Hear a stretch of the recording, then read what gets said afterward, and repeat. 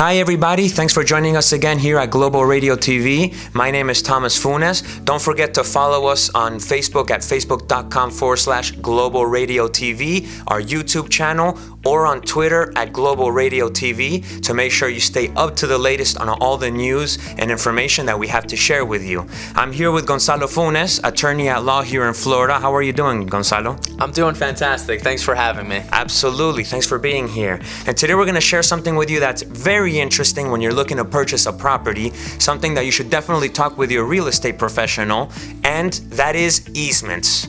What's an easement?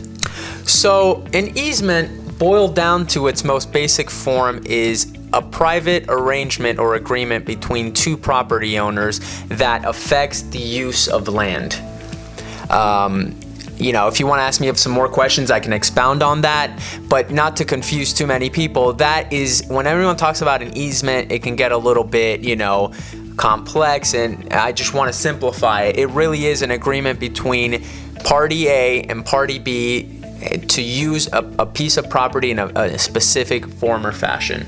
Absolutely, and let's get a little deeper with that. I want to take a look at this picture here so that we can get a visual going and maybe get a better picture. Over here we can see that there's two properties. We have Dennis's property and we have Mr. Wilson's property. And we notice that there's access to these properties via Maple Ave and then Main Street. Now we see this road that's in between Mr. Wilson's property that crosses all the way through Dennis's property. Essentially giving Dennis access through that road to Main Street through Mr. Wilson's property. That is an easement.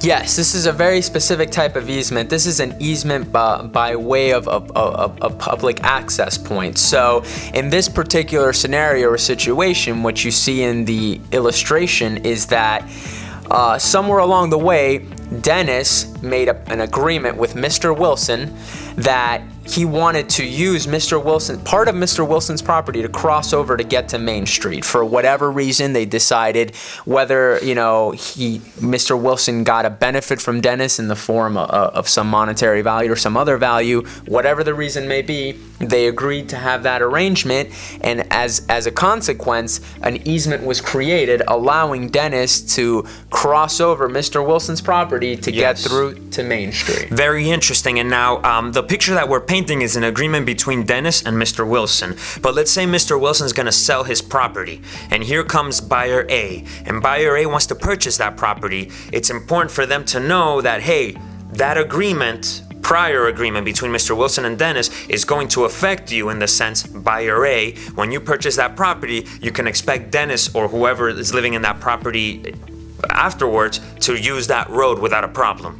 Absolutely, and that's one of the main things that you want to be on the lookout for, and why an easement should be of particular interest or you want to pay attention to, because the interesting thing about easements is that not only are they agreements between the original parties to whatever agreement is made, but they affect subsequent purchasers of that same bit of land. So as the illustration or the example that you gave, the person that would be buying, in this instance, let's say Mr. Wilson's property, would be affected because that agreement would still pass on. It runs with the land. It's now a part of the land. It's an interest affecting that piece of property. Does that agreement get written in the deeds of the properties?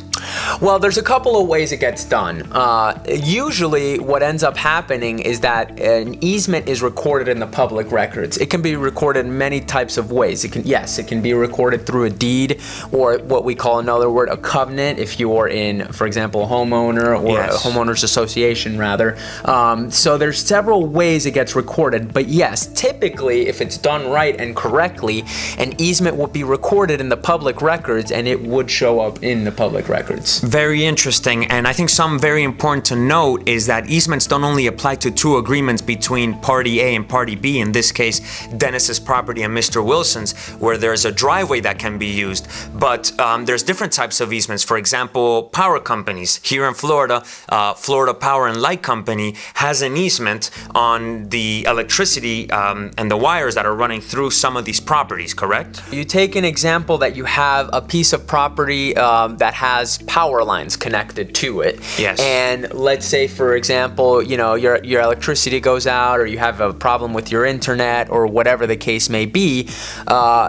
The FPL, the Florida Power and Light Company, has an easement that is recorded in the public records that allows them to step onto your piece of property to fix if there's a broken wire, or to fix the cables, whatever the case may be. Yes. Now, in that particular situation that you mentioned, that's an easement that you generally don't worry too much about, because it's, of course, if your power goes out or if your electricity goes out, you want them to come on your property Absolutely. and fix it. Yes. The first example that we gave is something that you want to pay more attention to, because that's a little bit different in the fact that it affects your piece of property and allowing someone else to use it for their benefit. Yes. So absolutely, there are different types of easements, and some of them carry different consequences or benefits. Well, let's give them a quick visual here just to get a better idea. If you look at this other picture, we're looking at lot 1 and lot 2, and we can see that there's two different types of easements. The first type of easement that we talked about, where lot 2 has access to the road here on the bottom to cross through lot 1, that driveway that gets them to the road. And additionally, on the top, you can see the easement by the electricity.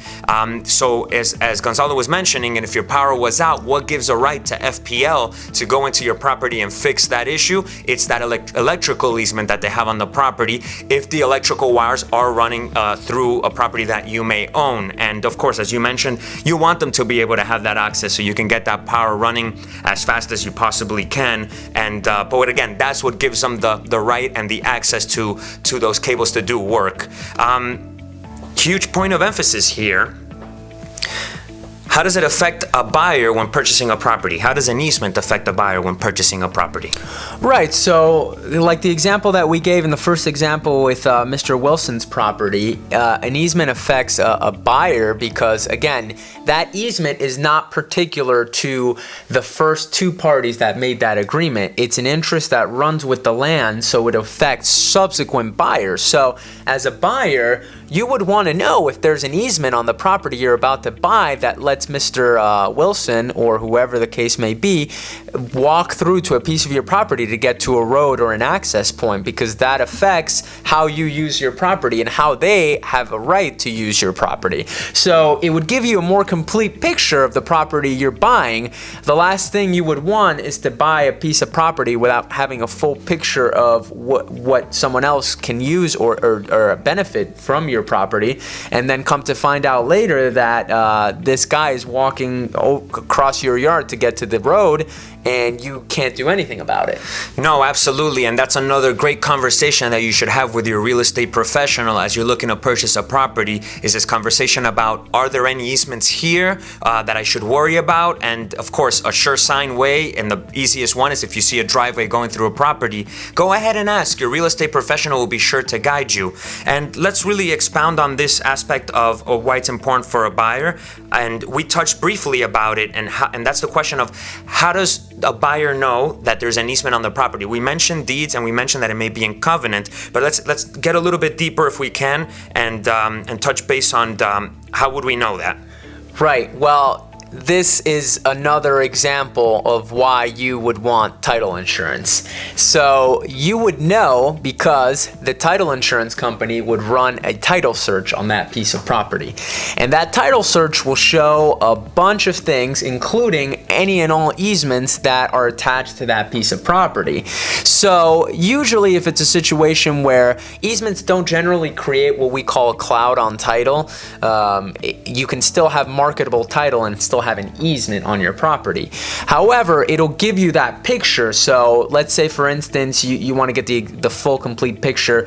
You hire a title company to do that title search, but you want a second opinion. At that point, you can hire an attorney to review that title search and really give you an in-depth picture and be able to tell you there's this type of easement on your property, or hey, I see this, that's something out there, which is of something of interest to somebody that would want to know, oh, okay, I didn't know that. That's interesting. I have this type of easement on my property, something to take into account and be aware of. Thanks for bringing that up. That's actually a fantastic point. Real estate attorneys, they form a great part of your team, along with your real estate professional, mortgage companies, title companies, and real estate attorneys. That's a surefire way to make sure that you're going about it in the most protected possible way, and making sure that your interests are very well protected. And of course, just to wrap up on this segment about easements, if it does pop up during the title search, or if you took it a step further and talked with an attorney, the buyer has an option to either retract the contract or renegotiate it, or see if they even want to move forward. Yeah, absolutely. It all depends. It's all a matter of perspective and how you see it. If you see someone having an easement to walk through to your piece of property as a burden on you, or as a burden on your property, as a benefit to the other party, that can be a negotiating tool to perhaps maybe lower the price of the property, or renegotiate some other form or fashion for how that would work out. So it certainly would be something that you would want to take into account and be cognizant of when you are in the process of buying or purchasing a piece of property. Absolutely. Well, there you have it, talking about easements today. Thank you, Gonzalo, once again for being here with us today, sharing some of your knowledge and expertise as an attorney here in the state of Florida.